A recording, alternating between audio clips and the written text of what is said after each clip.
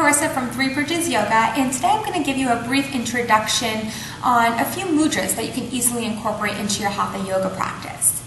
Now in Sanskrit, mudra means sign or seal, and although it's commonly referred to as hand yoga, it's important to recognize that mudras can also be specific eye positions, full body positions, even breathing techniques. So anything where the intention is to elicit a certain inner state of being and or symbolize a particular meaning. Now there's approximately 2,500 nerve receptors per square centimeter in the human hand. So given that volume, it's pretty easy to see why the hands would be such a powerful conduit for the flow of subtle energies in the body. And really that's what mudras are working to tap into. It's the subtle energies. So it's not necessarily anything you can see or you can touch per se, but it is something with enough focus, concentration, and practice that you'll one day be able to feel and reap the benefits of. Now the first mudra is likely the most universal, the most timeless, and it's called Anjali Mudra. And that's when you bring the palms of your hands together and connect your thumb knuckles right at the sternum.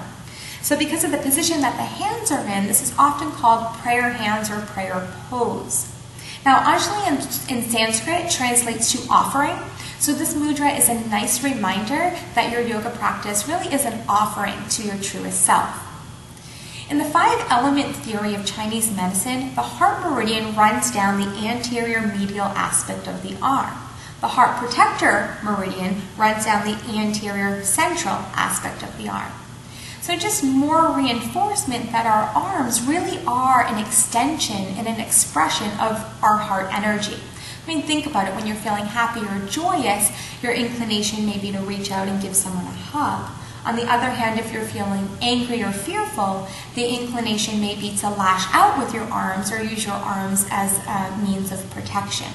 Okay, so in Anjali Mudra, it's really a returning to one's heart. So returning to your truest nature, your truest self. So this is also a posture of composure, right? So Anjali Mudra is used a lot with greeting, so saying hello, saying goodbye, and also at the start of an action and upon completion of an action. So that action could actually be a full Hatha yoga practice or even a sun salutation or a smaller set of postures within a class. So that's Anjali Mudra. And the next mudra is Padma Mudra. And Padma translates to lotus. In Buddhism, lotus represents a heart opening. So to do this mudra, you start in Anjali Mudra. You keep the heels of your hands together, your thumbs together, and your pinkies together. So the other three fingers on each hand are going to spread apart and extend. So really it's like creating a lotus flower in bloom. Now if you think about the lotus flower, it actually blooms on the surface of the water, even though its roots are stuck down deep below in mud. So the symbolization is really one of light and beauty emerging from a place of darkness. So we use this mudra often when we're trying to cultivate love and affection. So a nice way that you can join your Anjali Mudra and your Padma Mudra is with what's called a floating flower. So you start here in Anjali Mudra with your hands at your heart center. As you inhale, you raise the heels of your hands up, letting those three fingers spread apart, finding your lotus mudra. So your hands will come right about to the third eye. And then on your exhale, closing the buds of your lotus, coming back into your Anjali Mudra. So you can connect the movement with the breath, inhaling into lotus mudra and exhaling back into Anjali Mudra. Okay, so the last mudra I'll talk about today is called Chin Mudra. It's also known as Gyan Mudra or Jhana Mudra, and I'll talk a little bit about the difference in just a moment. So in this mudra, we're working specifically with the index finger and the thumb. Now in this mudra, the index finger actually represents the individual self, what we refer to as the Atman. The thumb, on the other hand, represents the soul of the world, right, the universe, known as the Brahman. So thus the joining of the index finger and the thumb represents a unification of the individual self with the universe, which is really what the goal of our yoga is. Now there's two variations to this mudra. One is a passive variation and one is an active variation. When you're doing the passive variation, it's just the tips of your index finger and your thumb that come together. So you're really trying to create a perfect circle with your index finger and your thumb. The other three fingers represent the three gunas, or qualities of forces that make up all of nature and creation. So we need a balance of all three of these. So in the passive variation of this mudra, the hands are relatively soft. So this is found more in your meditative postures or in your restorative asana. So really a great way to bring some peace and some calm into your practice.